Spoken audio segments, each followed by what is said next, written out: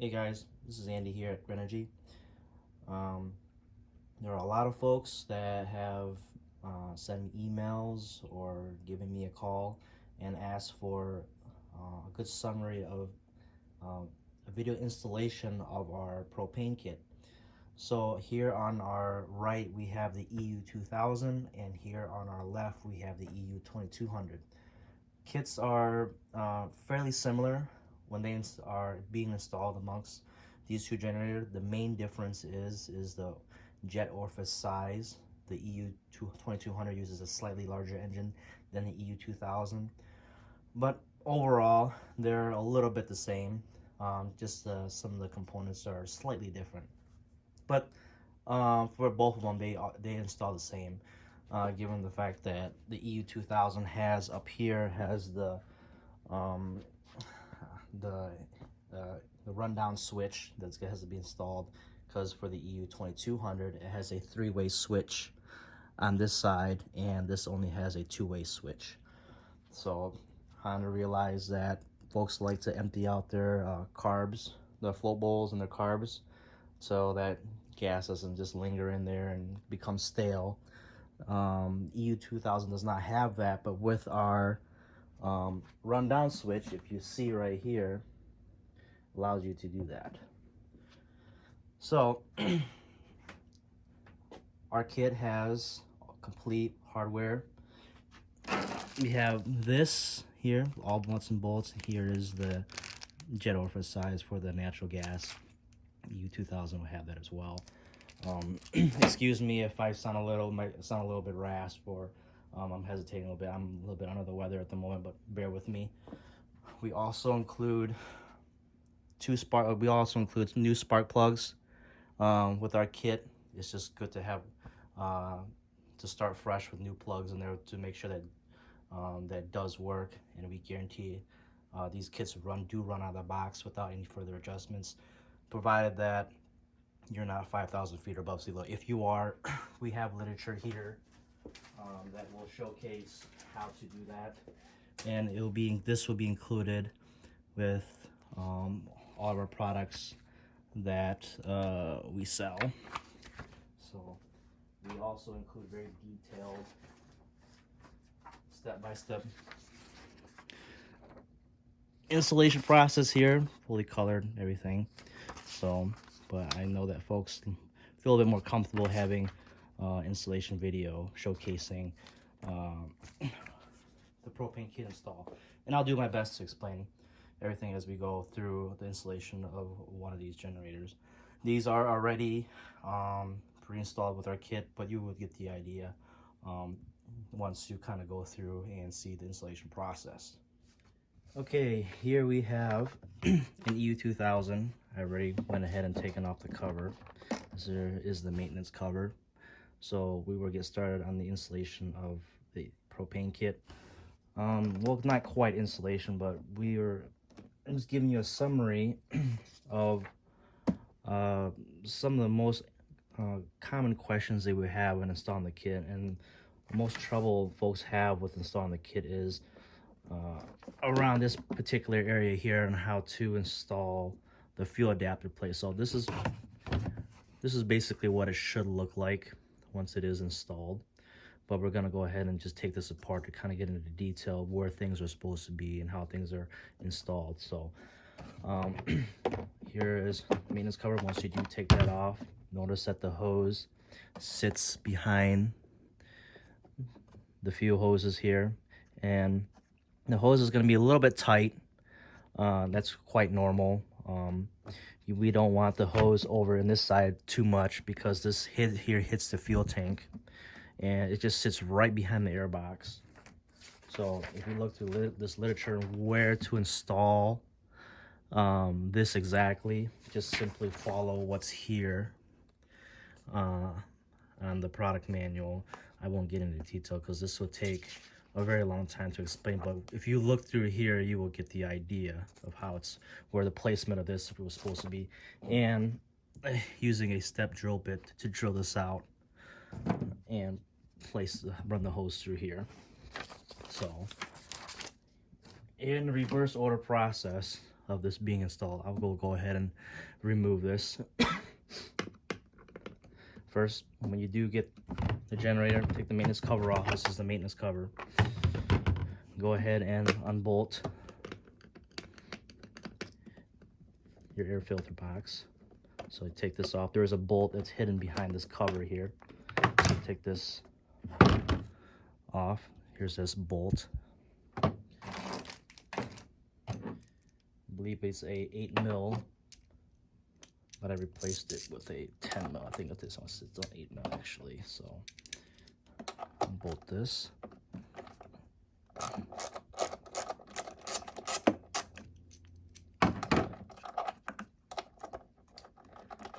In this kit, the fuel adapter is about 1/4 inch thicker, so everything is gonna move forward slightly. That's okay. It's not a problem because we do include this new bolt here. The Honda factory bolt is a little short. Oh, I just dropped that. But let's see if I can get this here.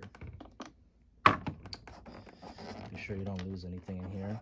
Here's a spacer and a longer bolt. The spacer goes right behind this air cleaner here, and this thickness is about the same as this right here, so that way everything fits nice and snug. It's not wobbling or anything like that. So having this new hardware kit really does help keep everything nice and secure. Next step is, once you've taken this out, we'll go ahead and take these two bolts out. The factory bolt size is 8mm. The new bolts that we do include in the kit is the longer bolts, and we do need longer bolts because the spacer is thicker. We can't use the factory bolts anymore. So I do also include this nut and washer here, and this washer has serrated teeth in there, and that helps with the bolt not backing itself off due to vibration. So we'll go ahead and take this off here.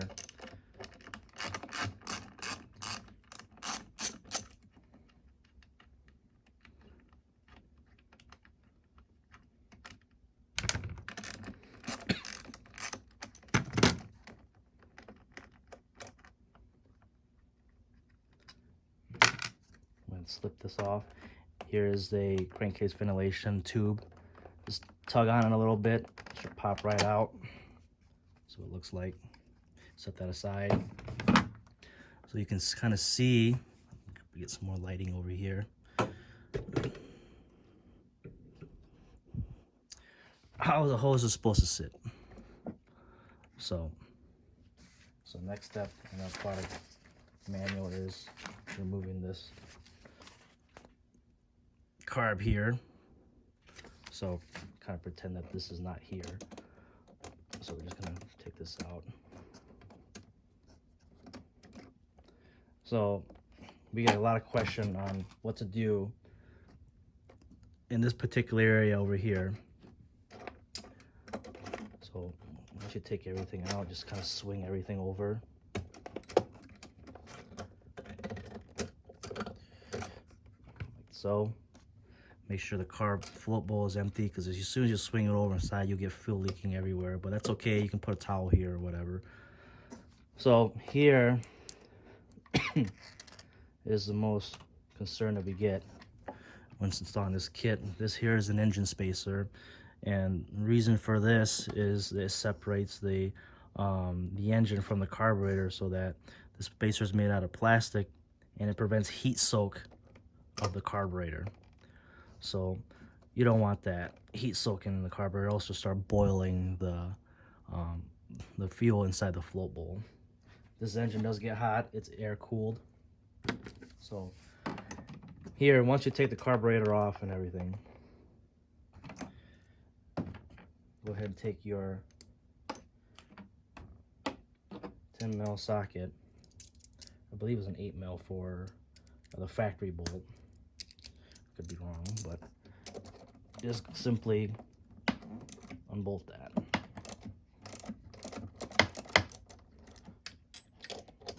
And notice the orientation as you're taking it off. It needs to be put back exactly the same way you're taking it off.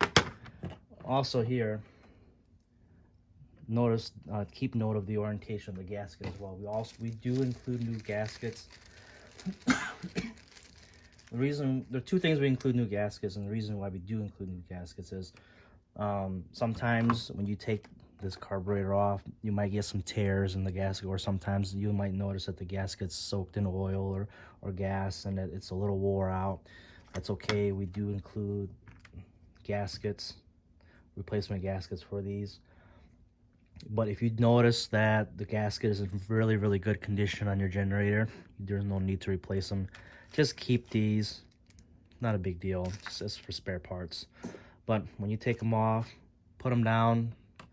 Take note where it faces as you put them down, so when you put them back, it has to be in the same orientation. Very important. If you don't, you will actually get a vacuum leak in here.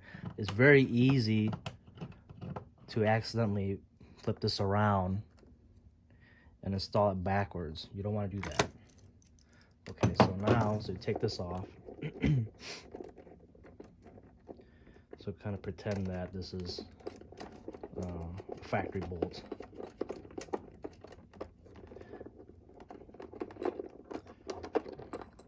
So I'm going to have it hang down like this for a little bit. I'm going to explain to you that in our kit, we include new bolts. Reason why I include 2 new bolts is I've noticed that the bolt heads on the factory bolts on here, it's a little bit small, and me experimenting with a few generators on hand, secondhand generators, that as I was taking this off, the bolts are fairly loose, and loose bolts are not good because this will induce a vacuum leak behind here or here if you don't have a good seal, and you'll cause your generator to have performance issues.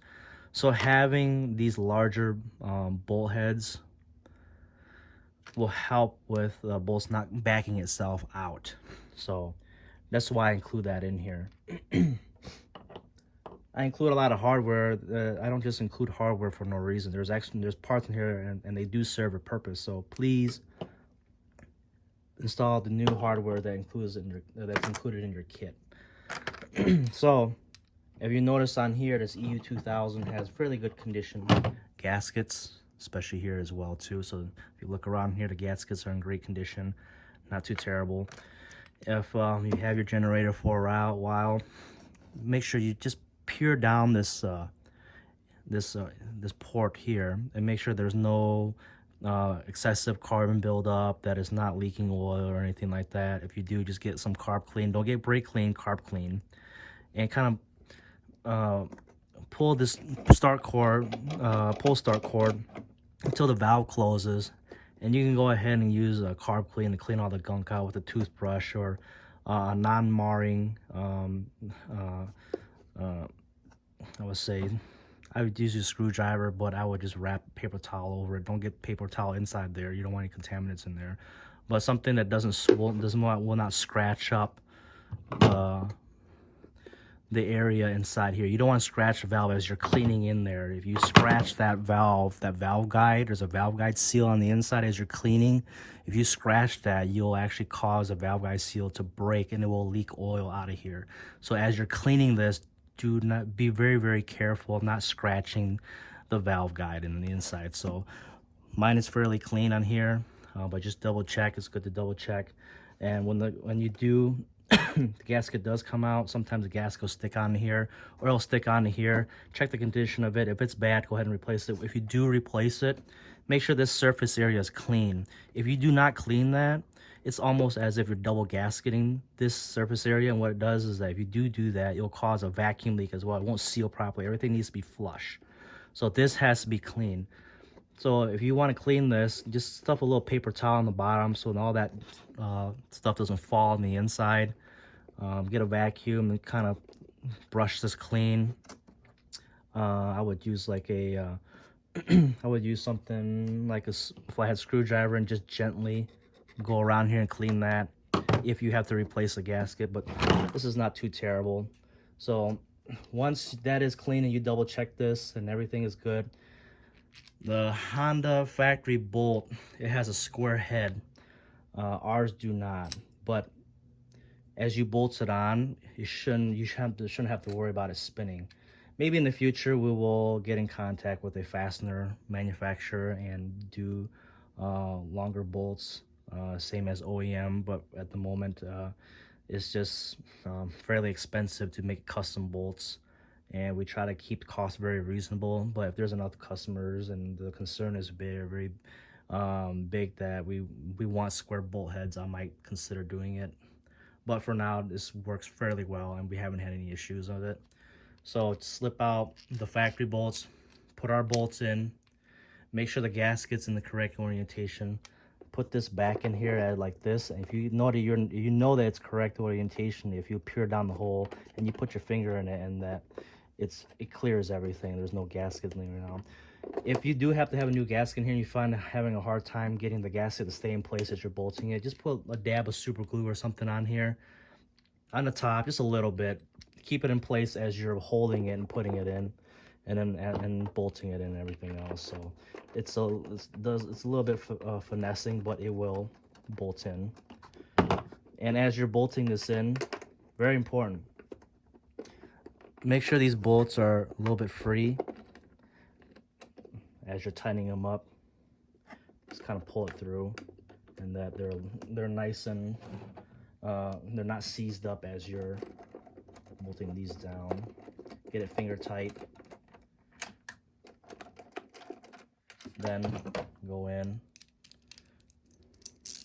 and I would give it about a quarter of a turn, a good quarter of a turn.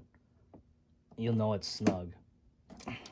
You don't want to crank on it, but just give it a snug. So finger tight, about a quarter of a turn. That's good. Make sure these are free. Great.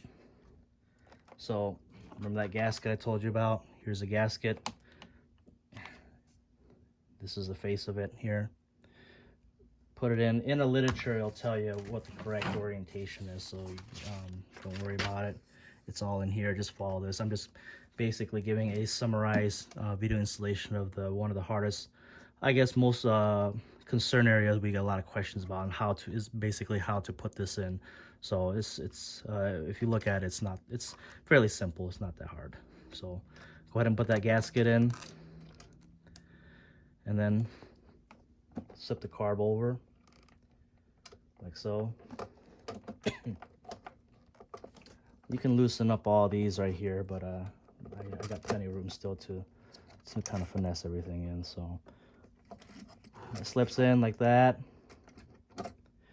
Make sure everything's all tight. Then, as you put this in,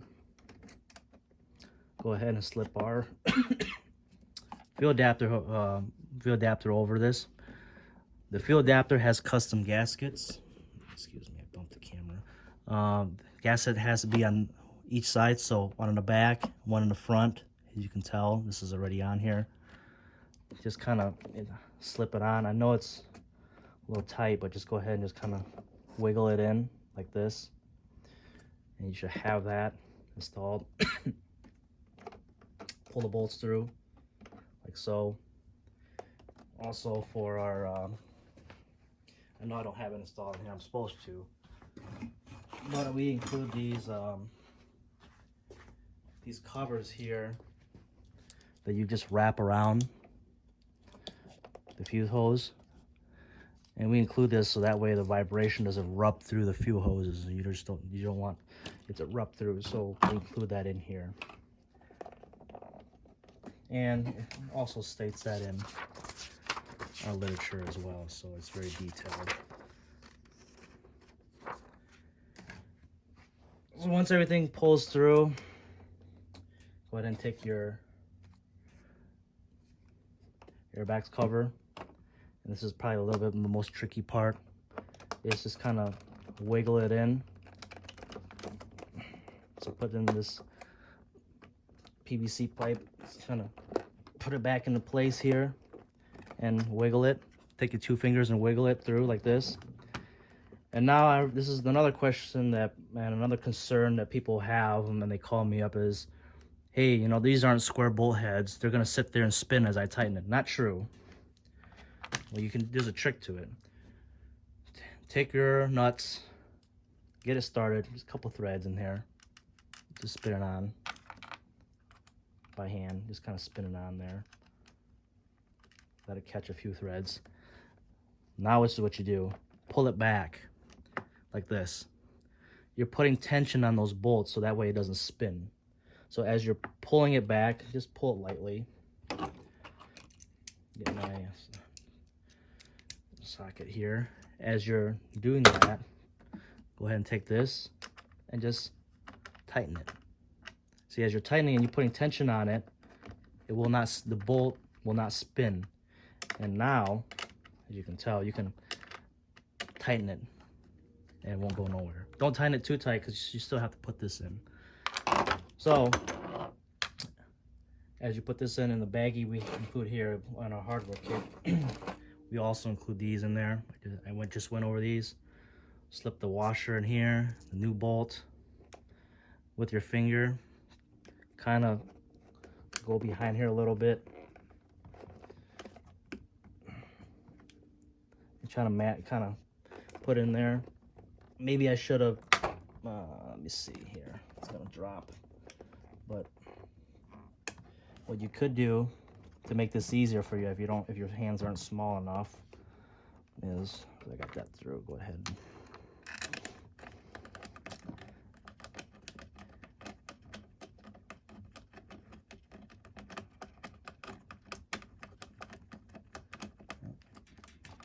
It's a little tight there. Gotta find that. There we go. Maybe you should put this in first, kind of put everything in before you tighten this down by hand. Just kind of keep it loose so that way you have enough wiggle room for your finger to kind of squeeze in there as you're putting the little washer, little spacer in the back. So go ahead. So I got that on.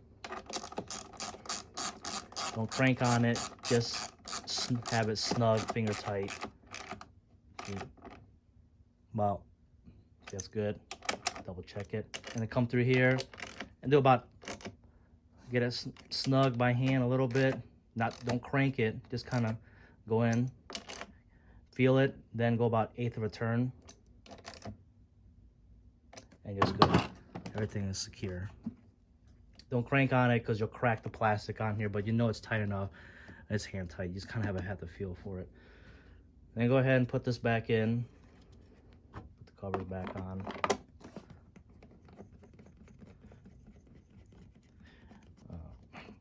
I know I didn't show you guys where to slip this in, but I didn't feel like I need to go over it because it is kind of self-explanatory here in our user guide. So it looks fairly simple. As you put this in, basically slip this patch hose behind the two fuel hoses, and kind of have this hose right here. And when you're done, pull it up in the front a little bit towards the front, because if you have it back here and in between the engine and this air intake box, it's going to be hard to install.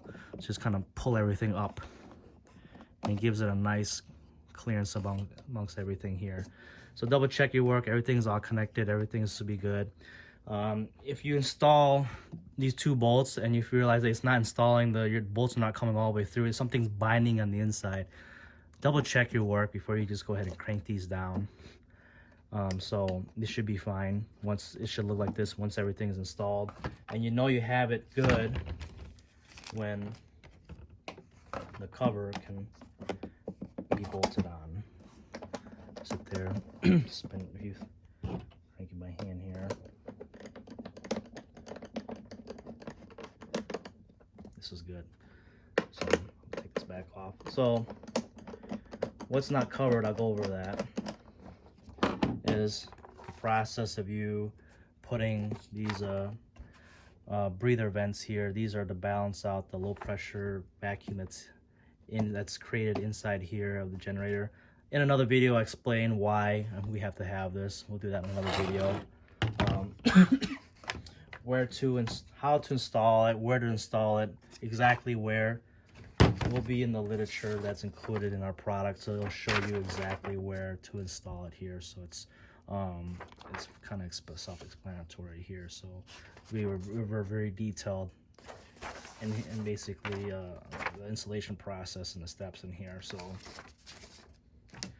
but I was just showcasing the most common questions and concern, which is this area and how to install everything, because people are a little bit intimidated on taking it apart, and they're just not used to digging back behind the carburetor. But it's not so bad after looking at everything. So it's very simple. There's no further modifications or drilling inside the carburetor. It just, this fuel adapter just basically bolts on top of the carburetor, and that's it. And if you want to uninstall the kit, just keep your old bolts and old hardware and do the reverse process of the installation, and everything will be back to factory. So this kit installation is not very intrusive. It's just basically bolt on. So put the cover on, tighten this down. Go ahead and put a sticker on the switch. We have ours installed, obviously. So when you want to start this generator, make sure it's on the natural gas propane selection right here, and this is for gasoline on, and this is for natural gas, and this also serves as a fuel rundown for the float bowl on the carburetor. So the difference between here and here is behind this switch is a mechanical fuel cutoff valve, and I'll show that to you. Let me see if I can grab something here. Let me grab that real quick here. So as I was explaining about this mechanical fuel cutoff valve, here is a torn apart EU2000 side cover for the switch. Is fairly the same behind these two switches, but if I was to take them out, I'll show you. If I flip this around, right here is the manual cutoff valve for the fuel, and this switch right here is for the engine kill switch. Essentially grounds out the ignition coil, so it will not give spark to the engine. That's how it kills the engine. And another thing I've noticed, and this both the EU2000 and the 2200 have a fuel pump. And how is it operated? It's vacuum operated fuel pump. So yes, the EU2000s and the 2200s do have a fuel pump. It's not electric fuel pump, it's a mechanical fuel pump. And it's good to also drain as it's good to also run the generator down, basically emptying out, letting the gas tank empty out and the flow bowl empty out. And as you do that, when you're running the generator empty of gasoline, you're also emptying the mechanical fuel pump in here. You don't want gas in here. If you do get gas in here, fuel becomes stale, varnish builds up in here, and this no longer is able to pump fuel into the carb. So it's very important that gas is completely dry, run down dry in this generator. So people don't realize that there is a fuel pump here, basically sitting right behind here on these generators. So neat little thing here. So, and another quick question here is for the EU2000, where the rundown switches gets installed. Let me quick swap that over here.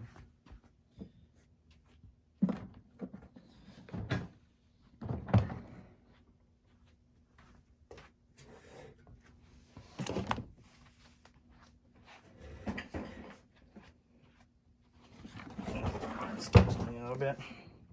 We'll also show where the switch is installed. So it's very simple. Let's do that right now.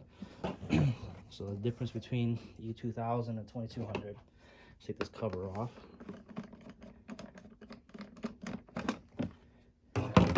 It's down in here, in this area right here. See where how this is wired.